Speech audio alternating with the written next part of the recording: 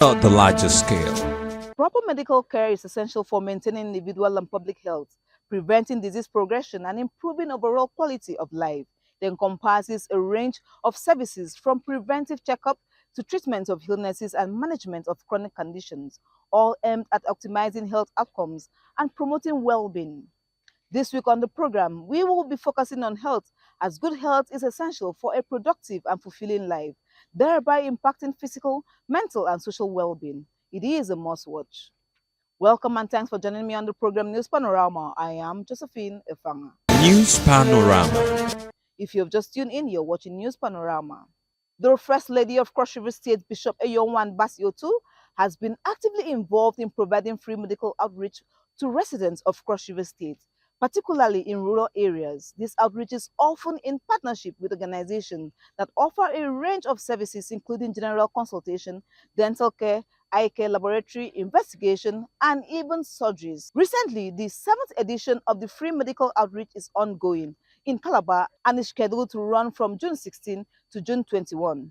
Cross Riverians are advised to take good use of this opportunity. The wife of the governor and founder of Humanity Without Borders, Bishop Eyonwan has made significant strides in the realm of humanitarian aid, particularly in the medical sector. Known for her unwavering commitment to improving healthcare access, she has dedicated her effort to providing essential medical services to different communities and launched the Cross River State Health Insurance Scheme for senior citizens aged 65 and above. Speaking during the flag-off ceremony, Bishop Otu stated that the medical outreach has already saved all the 3 senatorial districts of the state and is in its second full round of services. She thanked her husband, Governor Basiotu, whose vision for a healthy Cross River fuels the medical outreach project. The free medical outreach is one of our initiatives that is very dear and deeply rooted in my heart because it enables us to extend vital health services to the most vulnerable amongst us and reaches those in our communities who, due to limited resources, are unable to afford and access quality health care. The General Hospital Calabar, in partnership with Fed Care Outreach International, as well as Humanity Without Borders Empowerment Initiative, is said to have carried out over 500 surgeries, thousands of eye and dental care procedures, and significant laboratory investigations during its inaugural international medical outreach ongoing in the state. The Commissioner for Health, Dr. Egbe Ayuk, and the team lead from Faith Care Outreach International, Professor Peter Snatch, praised Bishop Otu's ongoing commitment to healthcare and a passion for helping those in need, and as well as ensuring that quality health services are accessible to all. We are very grateful because in many ways it's affecting our people. Many of the conditions that have been marked out here, there is no way in which those people would have had access to treatment. We, the Faith Care team, are here because of our love for the Lord Jesus Christ. Faith Care is an organization in the United States, but it's also an organization that is international and has outreaches around the world.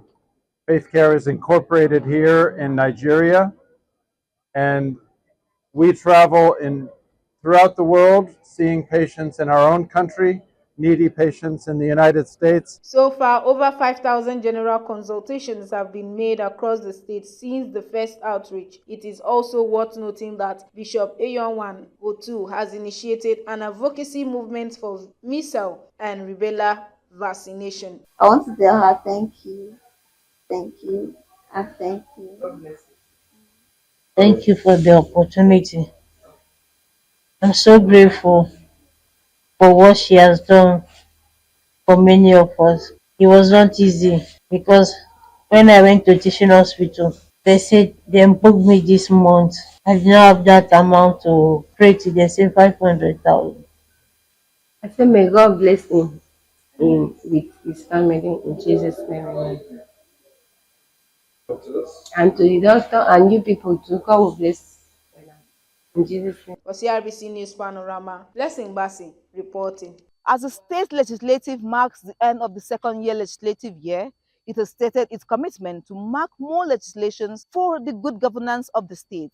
The Speaker of the 10th Assembly, Right Honorable Edward Ayambe, stated this at the special plenary to mark its 2 years in office. Assembly correspondent Esina Wanene reports that the special plenary was witnessed by the former legislatures and clerks of the Assembly, Chief of Staff to the Governor, Council Chairman, as well as Legislatures' Wife Association, the report. The Speaker, who noted that the 10th legislature has lived up to its constitutional responsibility of making laws for the peace, order and good governance of the state in 2 years, applauded Governor Tu for placing premium on the implementation of the House resolutions. Right Honorable Ayambem lauded members for their cooperation in achieving a common goal of representation and listed some of the 10th Assembly's achievements to include staff welfare and recruitment, passage of bills, oversight of MDAs for smooth monitoring and controlling public funds, as well as training for lawmakers and staff, among others.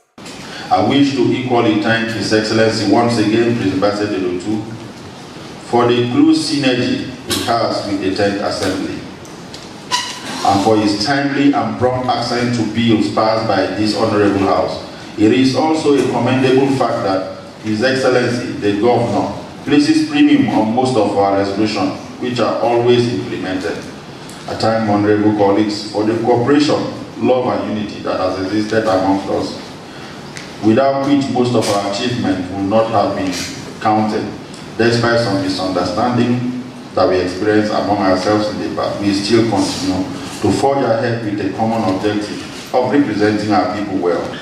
The Deputy Speaker of the House, Honorable Sylvester Agabi, Leader of the House, Right Honorable Francis Asukwo, as well as lawmakers, expressed gratitude to God for sustaining the legislature in 2 years and the Speaker for being an exemplary leader, expressing optimism that there's room to do more in terms of legislation to deliver democratic dividends to Cross Riverians.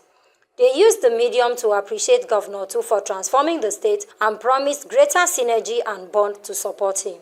In the 9th Assembly, we had that, and then we had our new colleagues coming to also learn of how plenary was supposed to be. Mr. Speaker, today is not for the Governor of Cross River State, today is for you, as our head. Because you have done incredibly well within the legislation. Thank you so much. Ladies and gentlemen, this is a speaker that has stood firm to make sure that Cross River State can give 30 bills to be signed by the governor. We have never had it in the history. I want to also thank the governor of Cross River State, who have made the legislation very attractive and very sweet for us in the tenant. And thirdly, Mr. Speaker, I want to thank you that God gave us a leader in person of Right Honorable Edward Ayambe. We are proud of you, we are proud of you, we are proud of you. I also want to thank my dear colleagues who have found us worthy to lead them. We will not disappoint you. We will continue to provide a very sweet and open leadership for you at all times. First, I would like to thank God, who is the reason for our being here today, for carrying us thus far. I also want to thank you for your immaculate leadership prowess that had enabled you to navigate the uncharted seas. The beginning might be turbulent, but what you should be focused on is not ensuring that the end is satisfactory. In their goodwill messages, former members of the House congratulated the 10th Assembly for quality representation and successful 2 years in office. We stay outside and we dare to listen to ask what is happening here. Many times we are impressed because we do comparisons between what is happening in the hour and what had happened before now. And we feel happy and impressed that there are some very, very substantial improvements on the efforts of yesterday. The work of a legislator is a timeless work. But as God will want it, this 10th assembly has surpassed the record I came to witness in the 7, 8, and 9 assembly. And by the special grace of God, I purposely came here to witness this proceeding. This is my first or second time of being here since I left this place. I am highly impressed. Mr. Speaker, let me join other colleagues to especially thank and congratulate you and your members for what you have done in the 10th assembly. And let me say start by saying that where you are, all of you, we were here. Where we are, we'll be here. No, don't forget us. Thank you very much. It's one in for CRBC News. Medical experts say routine medical checkups are essential for early detection and prevention of health issues, especially among middle-aged individuals. Research reveals that many in the age group neglect regular screening, which can affect long-term health and well-being. Judith Ugbong tells us more, the report. Routine medical checkups are a cornerstone of proactive healthcare. These regular visits to healthcare professionals not only monitor current health status, but also help detect potential health problems before they develop into serious conditions. For middle-aged individuals, typically between the ages of 40 and 60, these checkups are especially important. Routine screenings, including blood pressure checks, blood sugar tests, and cholesterol assessments, enable early detection, allowing for timely medical intervention that can slow disease progression and prevent complications. Dr. Iyan Ekpeyong, state epidemiologist with the Cross River State Ministry of Health, emphasizes the crucial role routine checkups play in safeguarding public health. I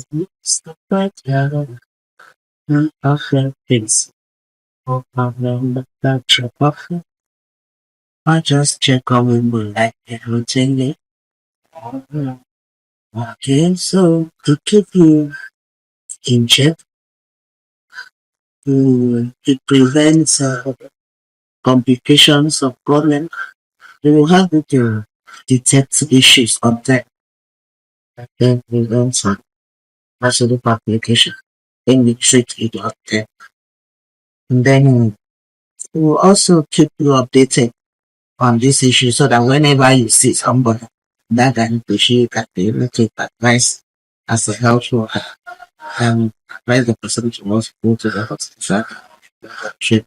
They should be aware that checking themselves up routinely will help prolong their life, prevent diseases. There's a whole lot of benefits if we do routine medical checkup. So, as government and healthcare providers, we still need to keep talking to people, using the media to create awareness of the benefits of routine medical checkup. During these assessments, healthcare provides early detection and reduce the risk of complications, lowers healthcare costs over time, and significantly improves the likelihood of successful long-term outcomes. One of the most important benefits is to detect any onset of disease if there are any present, and timely interventions will be executed, and it will be way more safe than the discovering that disease condition leads, which can lead to death. As people transition into midlife, the risk of developing chronic conditions such as diabetes, hypertension, and cardiovascular diseases increases significantly.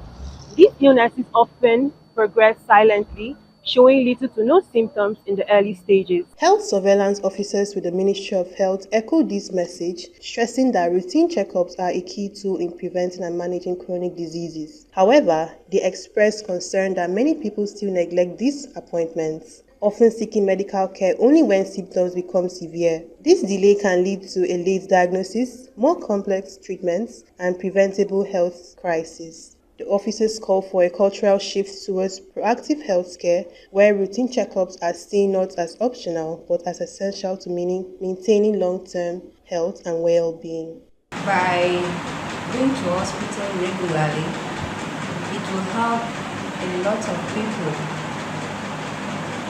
because when you go to hospital regularly, you will know what is wrong with you.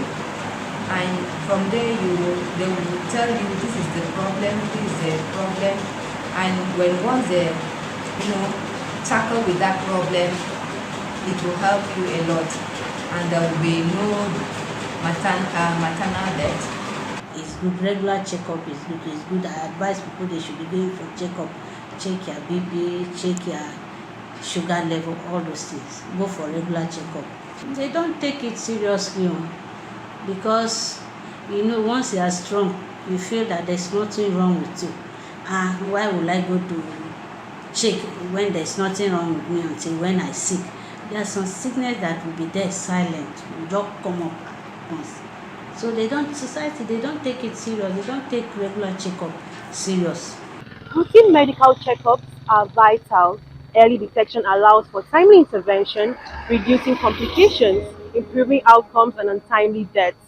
For CRBC News Panorama, Judy Tubong reporting. Recent news in Nigeria indicates continued concern regarding hate speech, with discussions focusing on proposed legislation and impact of online content. The Nigerian Senate has reintroduced a bill that seeks to penalize hate speech, including death penalty for cases resulting in death, sparkling controversies and debates among citizens. Concerns have also been raised about the potential for such legislation to stifle freedom of speech. Let's embark the sample opinions on this as the world celebrates International Day Countering Hate Speech, the reports. Hate speech refers to any form of communication that belittles or discriminates against individuals or groups based on characters like race, ethnicity, religion, and gender. This type of speech can take many forms, including verbal insult, written content, or digital messages on social media, which is why the International Day for Countering Hate Speech was set aside on June 18 to celebrate the importance of using language responsibly and the impact words can have on others. Some residents of Calabar Metropolis encourage others to speak out against hate speech whenever they see or hear it, so as to promote a culture of kindness and empathy.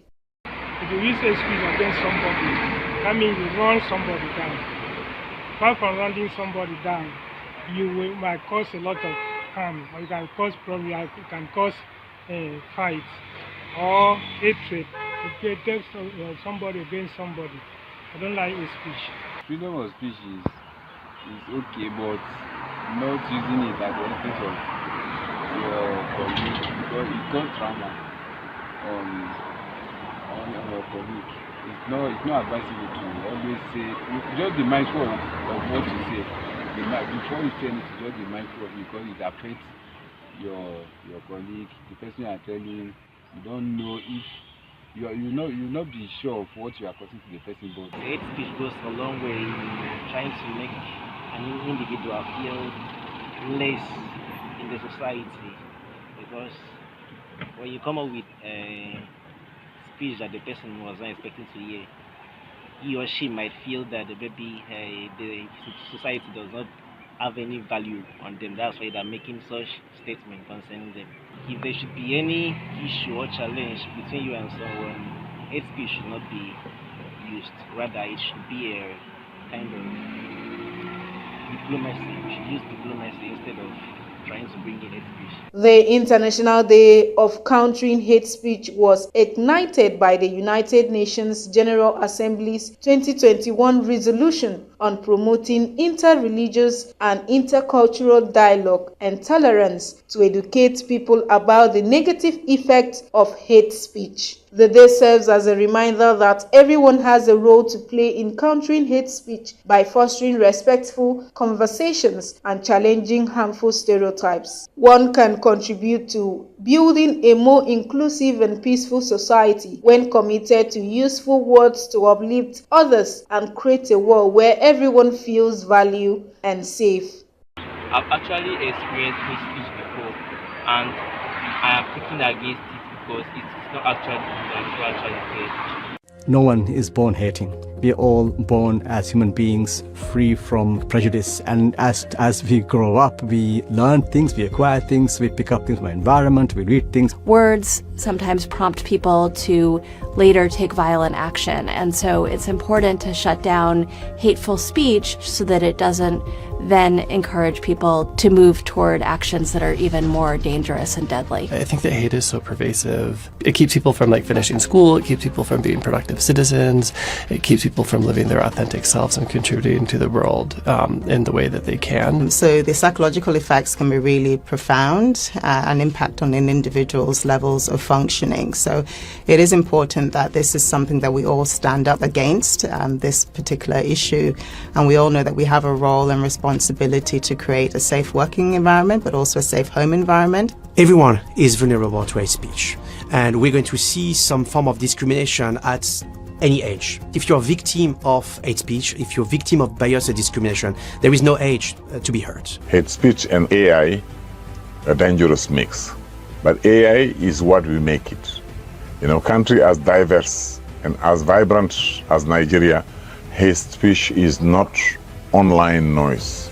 It is a spark that ignites real violence, divide community, destroy peace, target the most vulnerable. Word can be weapon. When machine copy our bias, injustice grow faster and risk a wider range of human rights violation. While the right to freedom of speech is essential in many societies, the theme of the 2025 International Day of Countering Hate Speech talks about hate speech and artificial intelligence nexus, building coalitions to reclaim inclusive and secure environment free from hatred. For CRBC News Panorama, Blessing Bassi reporting. An effective marketplace is essential for every community, fostering exchange of goods and services for the impact of livelihood. Observedly, the people of Ifyang-Anyong village, Bakasi local government area, has operated for years without a proper market. The report.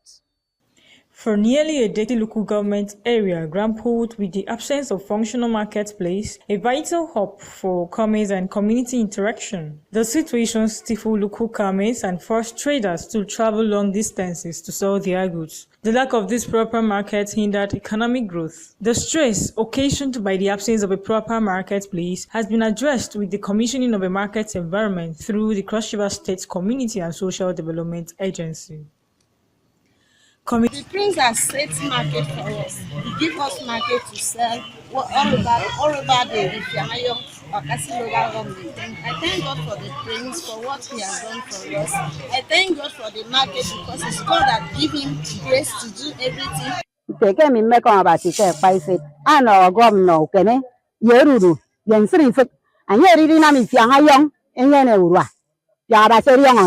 Expressed optimism about the market's potential impact. Happiness Edet is a trader. She says the market will provide much needed economic opportunity for women and other vulnerable groups.